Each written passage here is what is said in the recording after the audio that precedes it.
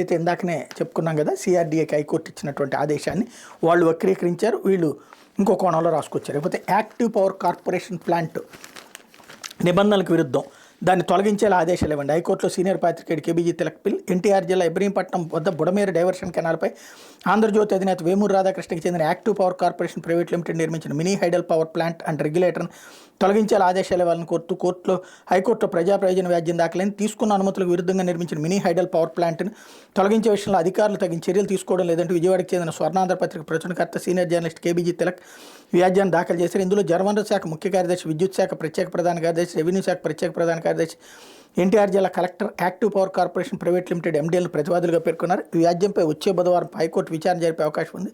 ఈ mini hydel power plant నిర్మాణం వల్ల 2008లో అనేక నివాస కాలనీలు, వ్యవసాయ భూములు ముంపుకు గురయ్యాయని తిలక్ తన వ్యాజ్యంలో వివరించారు. ముంపు నుంచి విజయవాడను రక్షించేందుకు బుడమేరు డైవర్షన్ కెనాల్కి అడ్డంకిగా ఉన్న వాటన్నింటినీ తొలగించాలని 2009లో అప్పుడు ముఖ్యమంత్రి ఆదేశించారన్నారు.